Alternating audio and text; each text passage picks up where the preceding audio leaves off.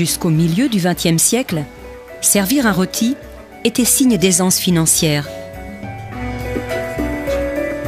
La viande, ça donne des forces, déclarait-on à grand renfort de vastes campagnes publicitaires.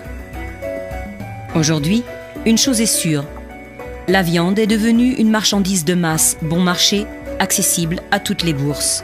Chaque année, pour assouvir les plaisirs gustatifs des habitants de la planète, la somme inimaginable de 250 millions de tonnes de viande est consommée sous toutes ses formes, que ce soit grillée, en charcuterie ou autre, avec des conséquences dramatiques pour le climat, l'environnement, les animaux, mais aussi les hommes.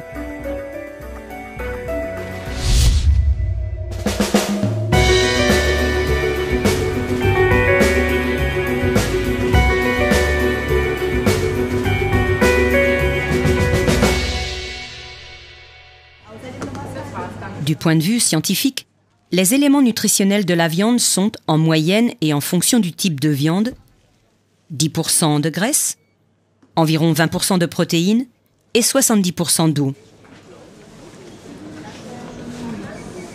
auxquels s'ajoutent du fer, du potassium, du sodium, ainsi que les vitamines A, B, D et K. Des éléments dont l'organisme a besoin pour vivre. Est-ce que cela signifie pour autant que la consommation de viande est bonne pour la santé?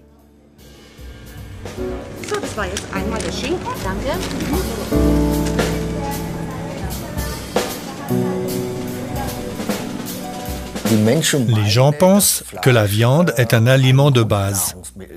Pour pouvoir manger un morceau de viande, il faut tout d'abord tuer un animal. C'est un travail et rien de plus, pas de sentiment. Lors d'une consommation habituelle de viande, même s'il s'agit de viande de qualité supérieure, on absorbe inévitablement des substances nocives.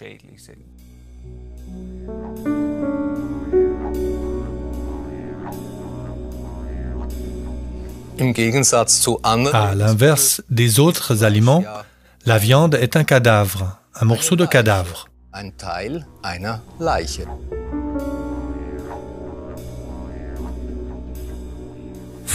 La viande vient toujours d'un être vivant, d'un être de la création.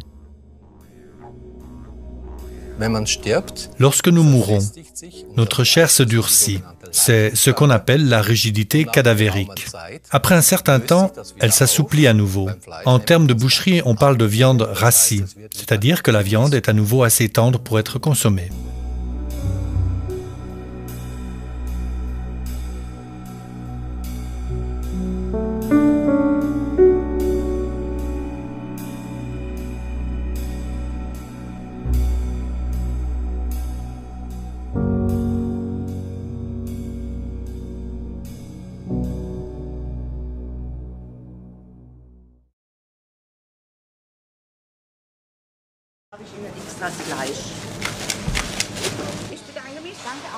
En termes commerciaux, on parle de viande fraîche. En 1950, une personne consommait en moyenne 26 kg de viande. Aujourd'hui, ce chiffre est passé à 60 kg. Une telle augmentation peut-elle avoir lieu sans conséquence? Le docteur Annemarie Gross est confrontée chaque jour à des maladies liées au mode nutritionnel. Nous recevons toujours plus de patients souffrant de maladies cardiovasculaires, d'hypertension, de surpoids ou de diabète. Les maladies articulaires augmentent également, ainsi que les maladies tumorales, et cela malgré la médecine moderne. Il est intéressant de constater que les maladies augmentent avec la consommation de viande. L'idée répandue qu'il est nécessaire de manger de la viande pour être en bonne santé est depuis longtemps réfutée par la science. Au cours des dernières décennies, de nombreuses études épidémiologiques ont été effectuées et ont montré que la consommation de viande est en corrélation avec de nombreuses maladies, les grandes maladies dites de civilisation, comme par exemple les maladies cardiovasculaires, le diabète, le surpoids, la goutte, le cancer. Encore un exemple. En décembre 2010, ont été publiés les résultats d'une étude suédoise prouvant que le risque d'attaque cérébrale chez les femmes est en rapport avec la consommation de viande.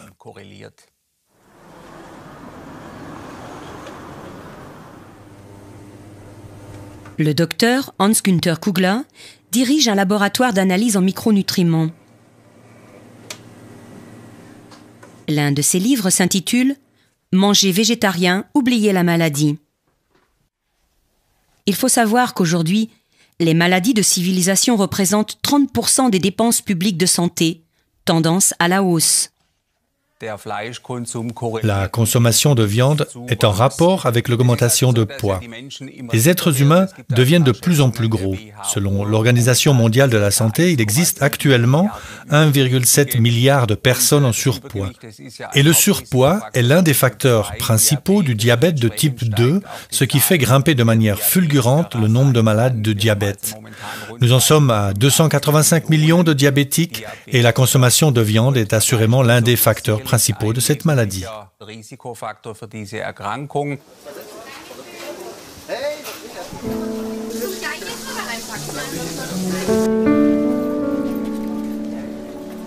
Le professeur Klaus Leitzmann a étudié pendant plusieurs années les conséquences de notre mode nutritionnel sur la maladie et la santé. Ce directeur émérite de l'Institut des sciences de la nutrition de Gießen en Allemagne est l'auteur de différents ouvrages dont certains font référence en matière de nutrition humaine. D'une manière générale, on peut constater que les produits animaux contiennent en partie des substances défavorables à l'organisme humain compte tenu de son style de vie actuel. Le cholestérol est livré exclusivement par les produits animaux et les acides gras saturés se trouvent également en majeure partie dans les produits animaux. En moyenne, ces produits contiennent également plus de purine qui, à travers le métabolisme, peuvent générer la goutte. Dans mes consultations, je remarque très souvent le rapport existant entre les maladies articulaires et une consommation élevée de viande. Les douleurs générées amènent les gens à faire appel à de nombreux médicaments antidouleurs, voire même à des béquilles ou des déambulateurs. Il existe déjà plus d'une centaine d'études qui traitent de l'influence de la consommation de viande sur les fréquences de tumeurs et l'une des corrélations les mieux prouvées est celle avec les cancers de l'intestin et du rectum. Les risques augmentent proportionnellement à la quantité de viande consommée. Un autre type de cancer est celui de l'estomac. Là également, il a été prouvé qu'une consommation journalière de 100 grammes de viande peut faire augmenter jusqu'à 5 fois les risques de cancer de l'estomac.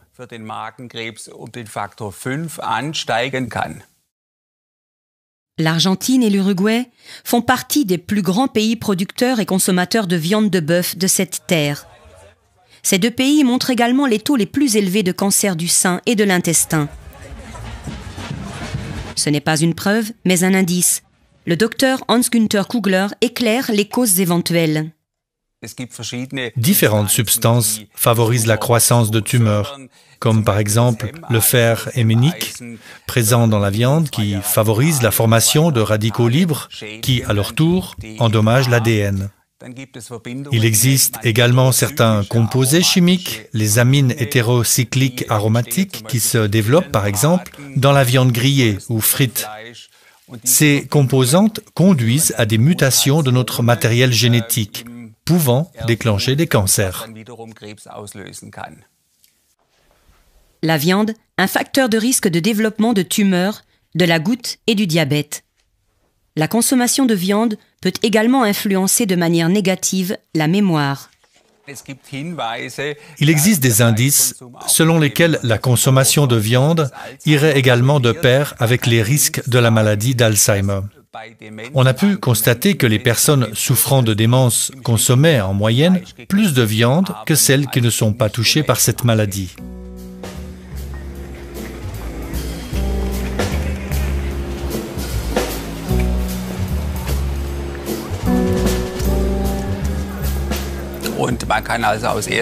Du point de vue médical, dire « la viande donne des forces », c'est simplement commettre une erreur et relève plutôt de l'absurdité.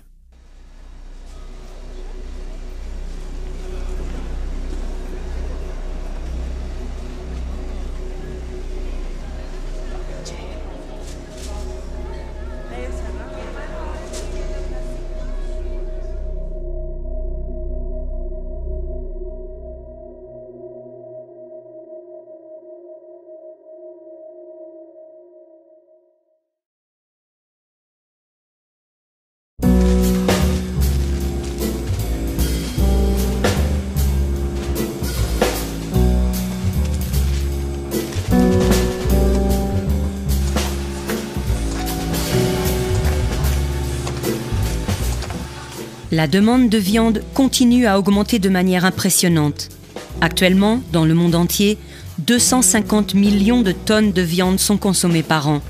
Selon une estimation de la FAO, l'Organisation des Nations Unies pour l'alimentation et l'agriculture, ce chiffre sera multiplié par 2 en 2050. Henning Steinfeld est directeur du secteur de la politique d'élevage. L'augmentation de la demande de viande est conditionnée par l'augmentation constante de la population. Pourtant, la viande est particulièrement peu adaptée à répondre aux besoins alimentaires de la population mondiale qui augmente. À cette demande croissante, on répond avec des animaux nourris, la plupart du temps avec des céréales. Dans ce processus, on peut dire que la transformation de céréales en viande est particulièrement inefficiente. Cela entraîne des pertes et fait en sorte qu'aujourd'hui, plus d'un tiers de la production céréalière mondiale soit utilisée pour l'élevage. Pour la production d'une calorie animale, sont utilisées jusqu'à 30 calories végétales. De plus, la plus grande partie de cette énergie fournie par la nourriture est perdue dans le métabolisme de l'animal, à 90% chez les bœufs, par exemple.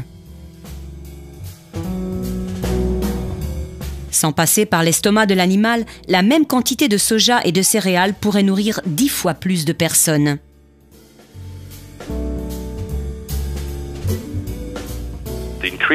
L'augmentation constante de la consommation de viande fait s'envoler les prix alimentaires et les pauvres ont toujours plus de mal à couvrir leurs besoins alimentaires. 6 moutons, 8 vaches, 25 lapins, 33 porcs et 720 poulets. C'est ce que mange un Européen en moyenne au cours de sa vie.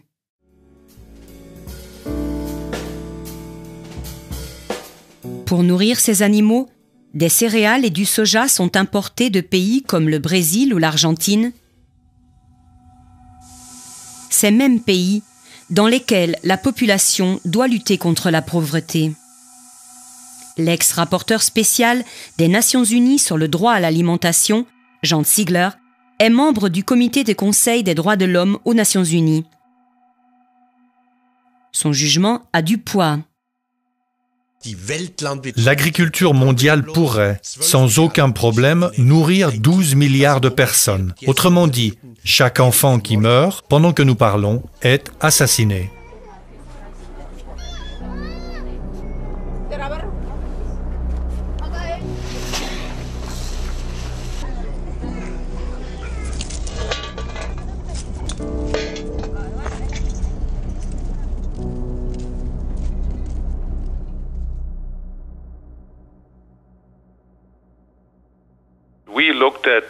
Nous avons étudié les conséquences de la production animale globale sur l'environnement et tout particulièrement sur les émissions de gaz à effet de serre, la consommation d'eau et la variété des espèces.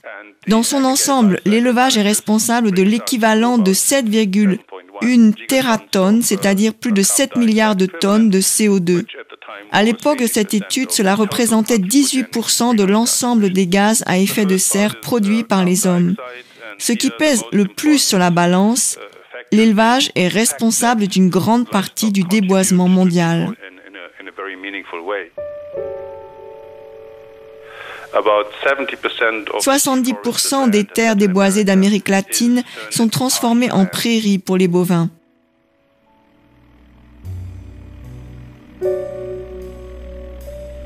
Deuxièmement, il y a les émissions de méthane. Ici, elles proviennent en majeure partie des animaux eux-mêmes, des estomacs des ruminants.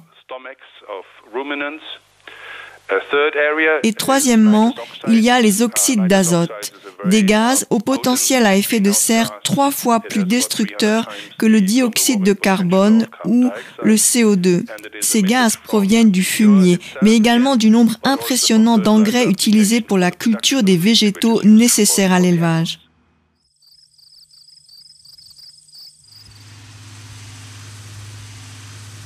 En 2006, Steinfeld publie le rapport des Nations Unies intitulé « Les longues ombres de l'élevage », grâce auquel le monde entier prend pour la première fois connaissance de l'importance de la part de l'élevage dans la production des gaz nocifs pour l'atmosphère. En matière d'émissions annuelles de gaz, une vache moyenne européenne peut être comparée à une voiture de classe moyenne.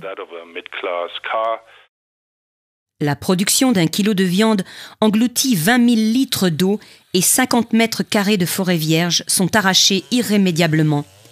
La pollution qui incombe à la production d'un kilo de viande correspond à celle d'un déplacement en voiture de 250 km. En raison de quoi, ceux qui s'engagent pour la protection du climat réclament l'arrêt des subventions publiques allouées à la production de viande. Edmund Haferbeck, conseiller scientifique de PETA, l'association de défense des droits des animaux, critique depuis des années qu'en maintenant le taux de TVA rabaissé de la viande, l'État en favorise la consommation. En Allemagne, par exemple, le taux de TVA sur la viande est de 7% au lieu de 19%.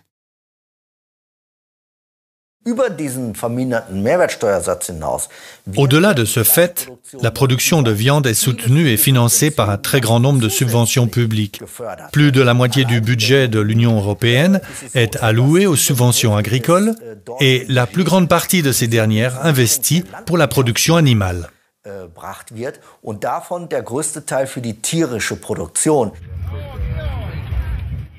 Toujours plus de concitoyens expriment à haute voix leur désaccord avec la politique agraire actuelle.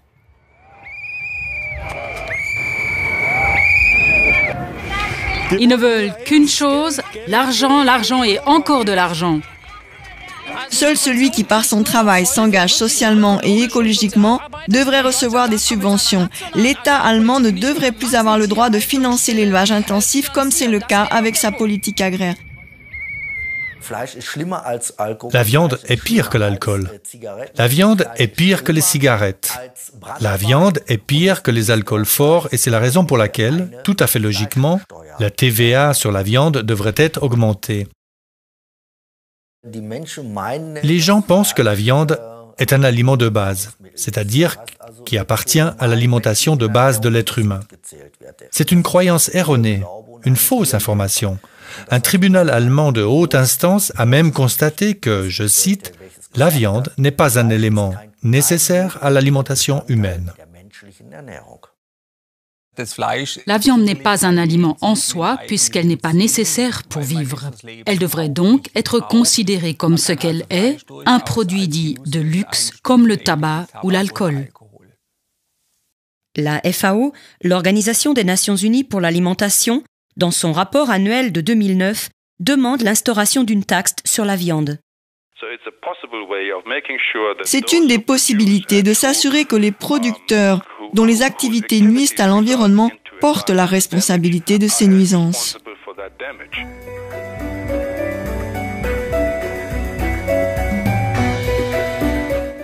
Ignorant toutes ces palabres, la transformation climatique, elle, avance. Globalement, la décennie 2000-2009 a été de loin la plus chaude jamais enregistrée, suivie des années 90 qui, à leur tour, étaient plus chaudes que les années 80. Un changement n'est pas en vue.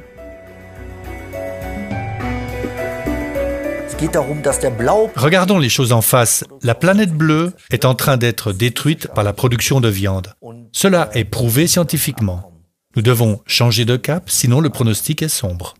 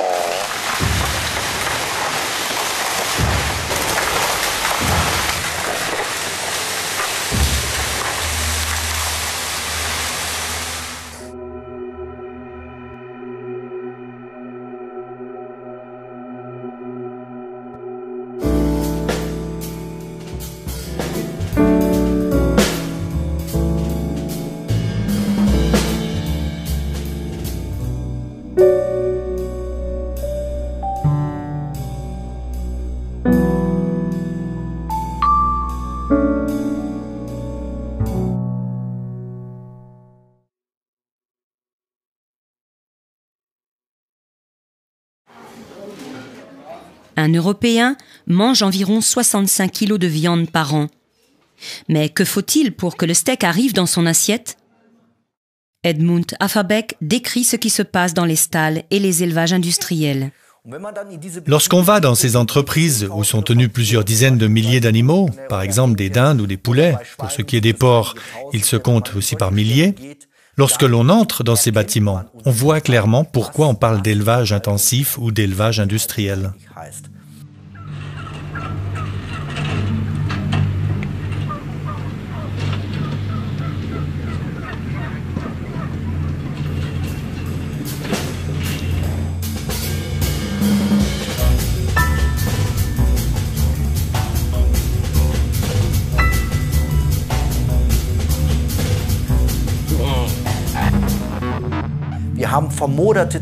Dans des élevages de dindes et de poulets, nous avons vu des animaux putréfiés, laissés dans cet état pendant des semaines au milieu de leurs congénères. Le taux de mortalité est de 10%. Autrement dit, autant d'animaux qui meurent pendant la période d'élevage.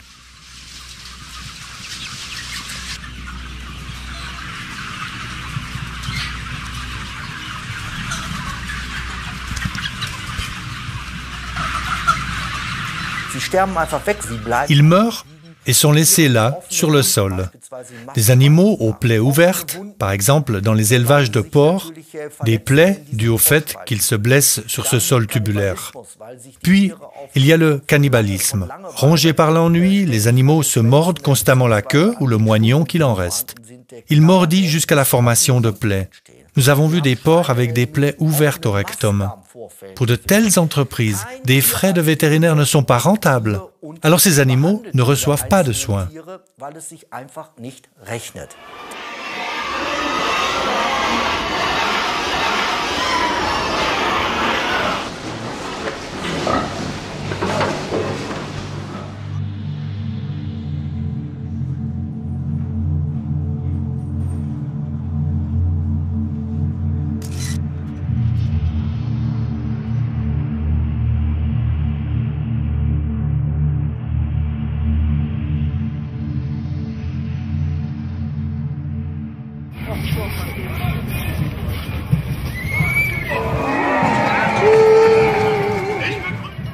Toujours plus de personnes s'engagent en public pour les droits des animaux, tout comme il y a peu de temps, ces 22 000 manifestants à Berlin. Ces élevages industriels sont de la pure torture, une horreur, tout comme le fait que l'on donne cette viande à manger aux humains d'ailleurs. Je dois dire, je ne trouve pas de mots pour exprimer cela.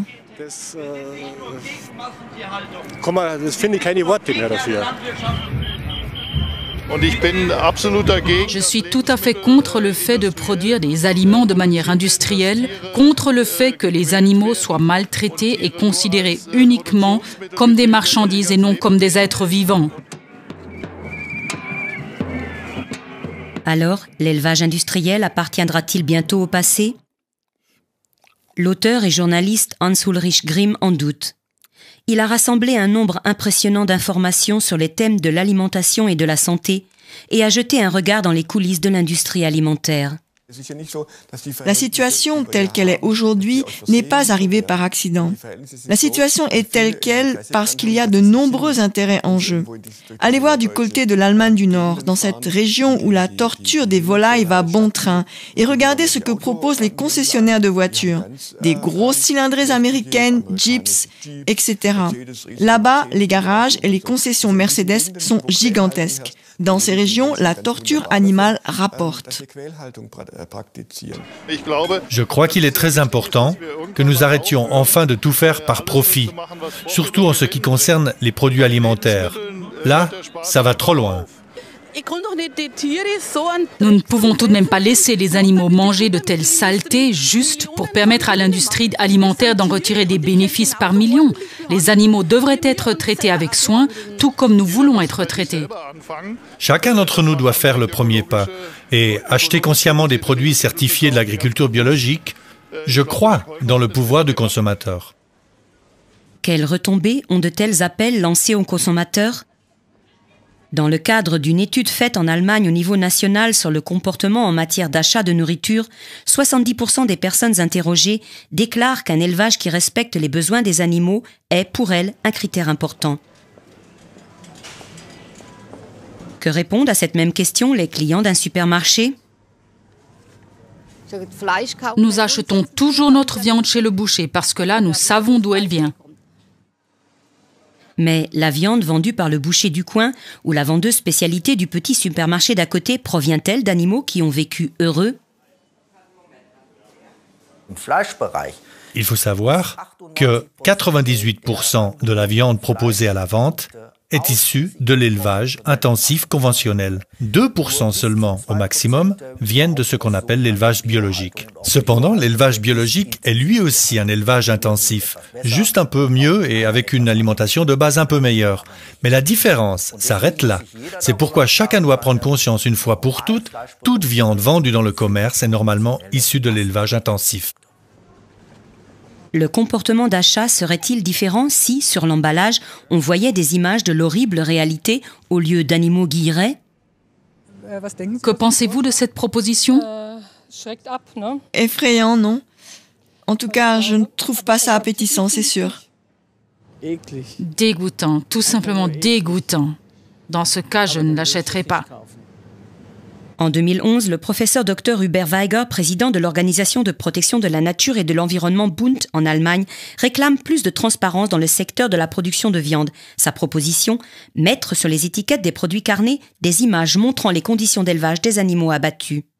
Je trouve ça bien. On devrait voir dans quel état ils vivent.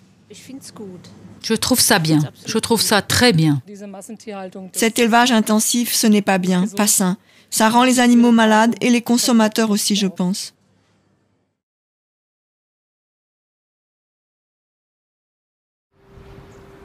À l'abri des regards, dans les abattoirs, la vision de l'abattage réglé et efficace est épargnée aux consommateurs.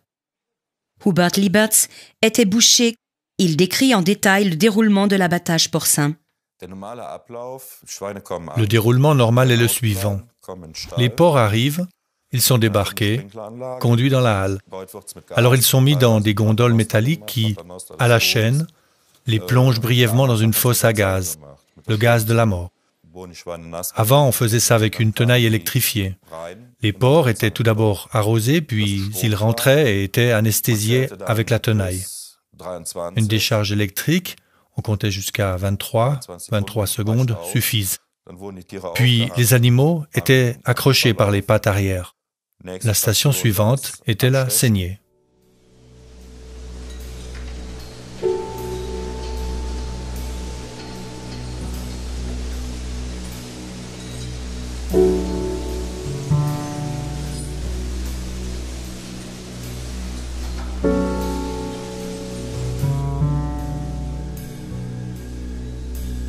Dans un abattoir allemand de taille moyenne, on abat 200 porcs à l'heure. Le déroulement du travail est rationnel et structuré.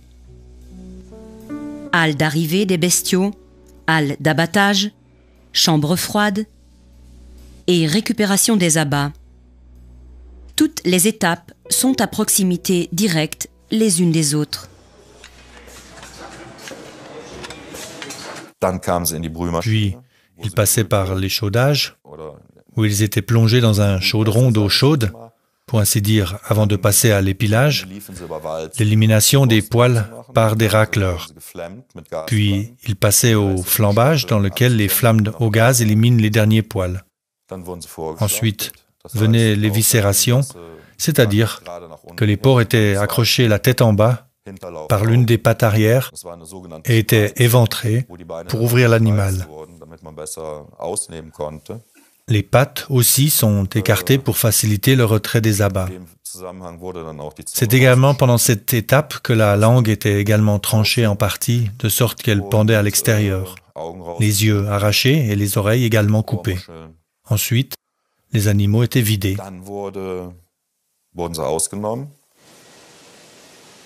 Si tout le monde voyait l'abattage se dérouler devant ses yeux, je suis persuadée qu'un grand nombre de personnes, je dirais même la majorité de la population, ne mangerait plus jamais de viande, car ce qui se passe dans les abattoirs est absolument horrible. Journée porte ouverte à l'abattoir. Le directeur d'un abattoir du sud de l'Allemagne s'efforce de jouer la transparence, mais veut rester anonyme devant la caméra. Une fois par an, nous organisons une fête à l'abattoir, une fête familiale pour justement initier les familles au thème de l'abattage. Nous faisons des démonstrations d'équarrissage au cours desquelles nous équarrissons des moitiés de porc ou des quarts de bovin pour montrer aux consommateurs d'où vient l'escalope, par exemple, de quel morceau de l'animal elle est issue. Je crois qu'il n'y a pas beaucoup d'intérêt à confronter le consommateur au thème de la mort de l'animal. Ce sera un peu délicat, on ne veut pas trop.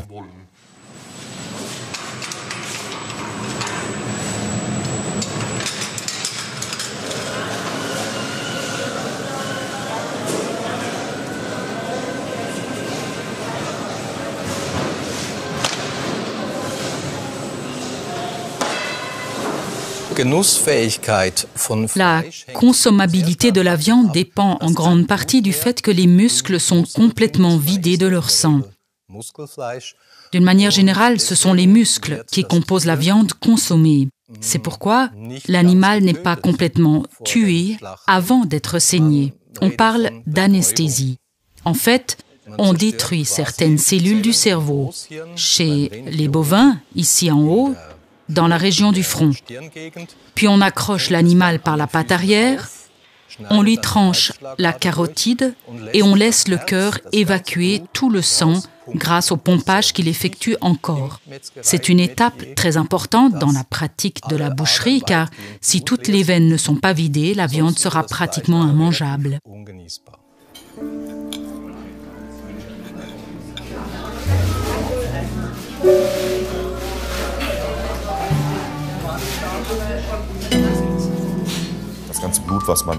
Autrefois, quand un bœuf ou une vache était saigné, il ne coulait pas seulement de quoi remplir un verre de bière ou de jus de fruits, mais des fûts entiers de sang. Lorsque j'étais apprenti et qu'on saignait 2 vaches, on pataugeait littéralement dans le sang jusqu'aux chevilles. Il faut savoir que la mort appartient au processus de production alimentaire. Cela fait partie de la vie. Nous ne faisons rien d'immoral, de non éthique. Nous produisons des aliments de la plus haute qualité au service du consommateur, des aliments sains, sans danger. Dans cette optique, pour moi, le sang qui coule représente une part de ce processus.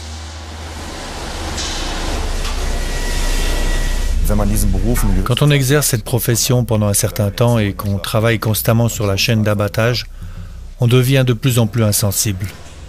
On perd tout simplement sa sensibilité.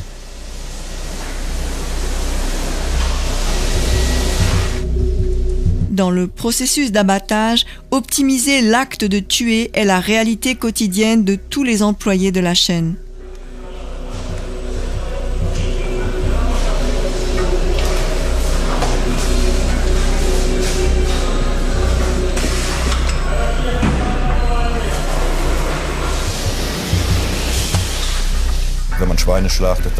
Lorsque l'on abat les porcs, ils hurlent. Et lorsque les vaches te regardent dans les yeux, avec leurs grands yeux, il y a bien 1 ou 2 fois où l'on se dit « Non, je ne vais pas pouvoir faire ça longtemps ». Alors, soit tu continues, et tu vas jusqu'au bout comme la plupart, soit tu arrêtes. Évidemment, on voit l'argent qu'on gagne. Ce n'est pas peu. Mais d'autre part, il faut compenser. La plupart ont commencé à boire. Autrefois, un très grand nombre avaient des problèmes d'alcool.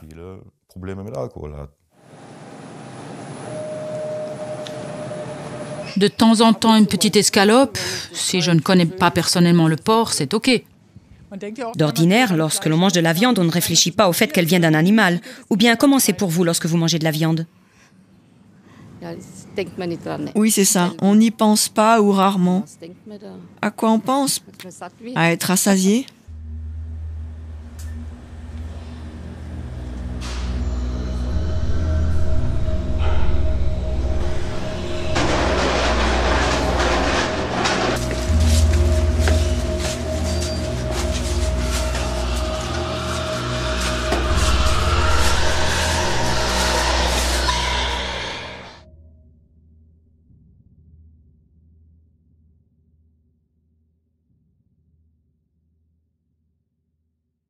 Il fait de la bonne musique, mais je n'y crois pas trop.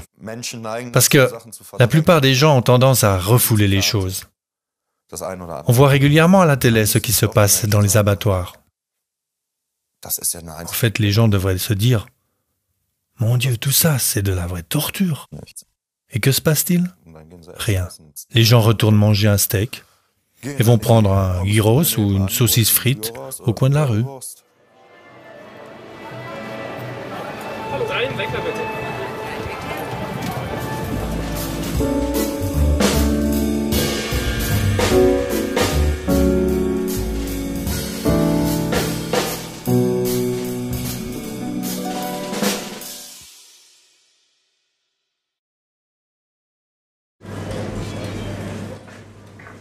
La viande bio est-elle une alternative?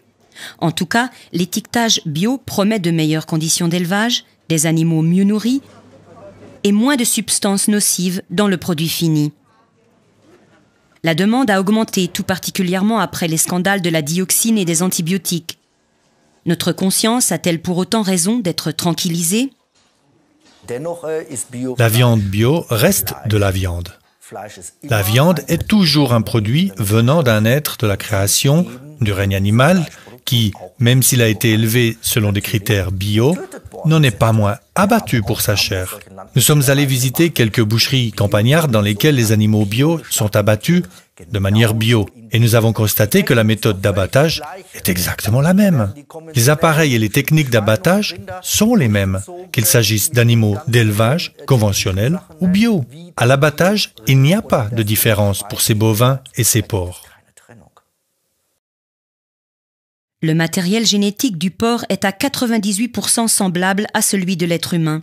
De ce point de vue, il devient intéressant pour l'homme en tant que livreur d'organes. On reconnaît au porc l'intelligence d'un enfant de 3 ans. Il pleure, ressent la tristesse et la peur. On ne peut pas torturer les animaux et croire que la viande qu'on en tire serait bonne pour la santé. Il existe un principe simple, une loi de la nature très simple, que les sciences naturelles connaissent bien et qui dit « toute action engendre une réaction », c'est-à-dire la loi de cause à effet. La lutte contre la mort et l'angoisse qui le gagnent font monter en flèche les hormones de stress dans le corps de l'animal. Une étude faite en Grèce, l'étude Attica, montre un rapport concret entre la consommation de viande et l'angoisse. Cette étude a analysé les effets de la consommation de viande sur la psyché. Ainsi, il a été observé que chez les femmes, la consommation de viande est en rapport direct avec le taux d'anxiété. J'observe des choses similaires chez mes patients. Certains d'entre eux remarquent qu'ils sont plus irritables, plus agressifs lorsqu'ils mangent beaucoup de viande.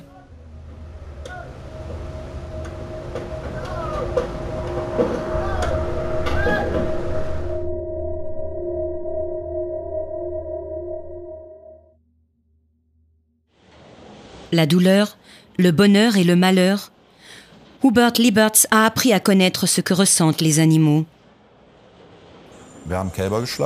On abattait aussi des veaux. Ils étaient toujours passés en dernier.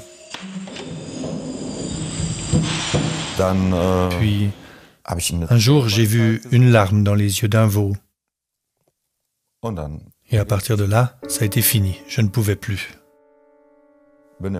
En passant devant mon chef, je lui ai donné mon tablier, remis mes outils et je lui ai dit de m'envoyer les papiers, que je ne pouvais plus continuer.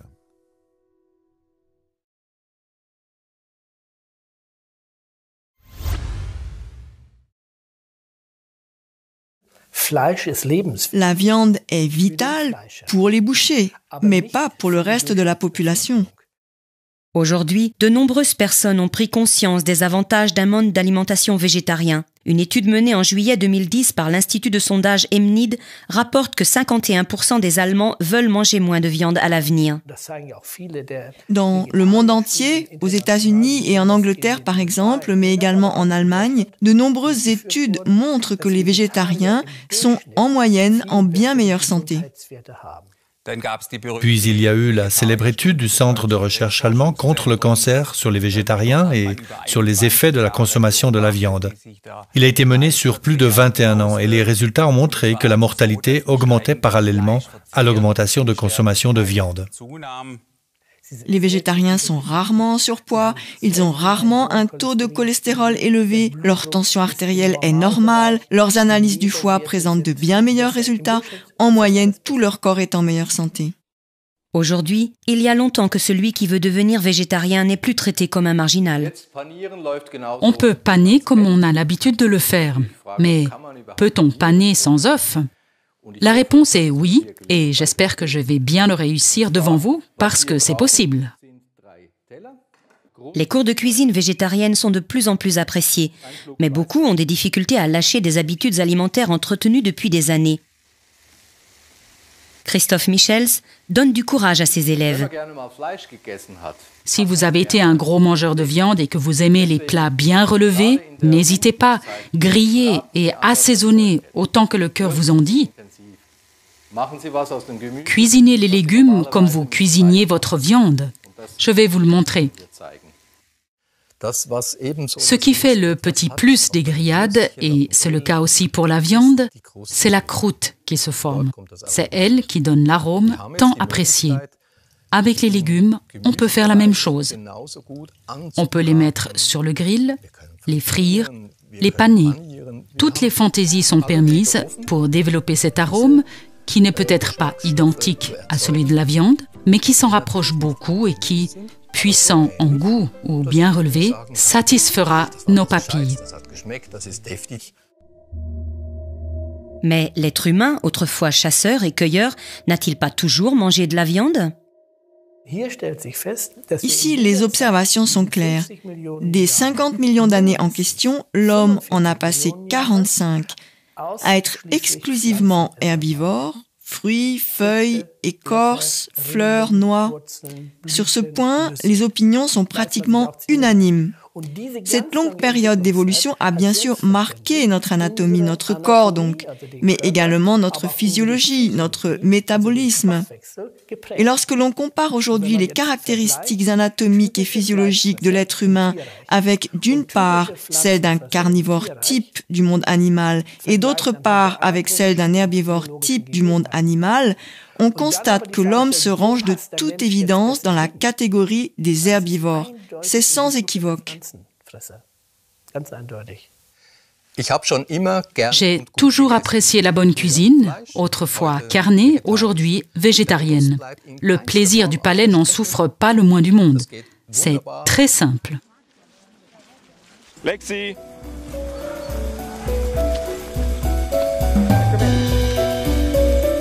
Charlie? 1 und 1 ist? Jo, feiner Jo. Hubert Lieberts a lui aussi laissé tomber la viande. Aujourd'hui, son menu se compose en majeure partie de plats à base de légumes. Son nouveau métier d'entraîneur de chiens lui a appris à comprendre les animaux.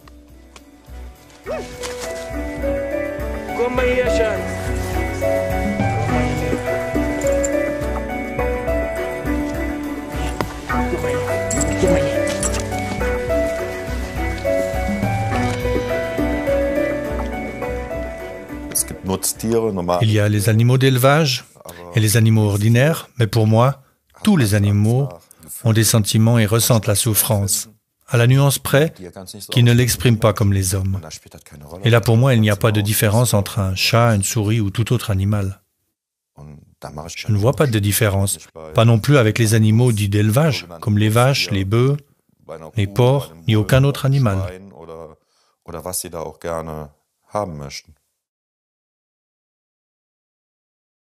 Il n'aime pas se rappeler son ancienne profession. Je suis très heureux de ne plus être boucher aujourd'hui. Je suis heureux de faire ce que je fais. Je suis content et je me porte bien ainsi. Et pourquoi tu le portes? Il a des pattes, le chien. Oui, mais toute petite. Et maintenant, je dors bien la nuit.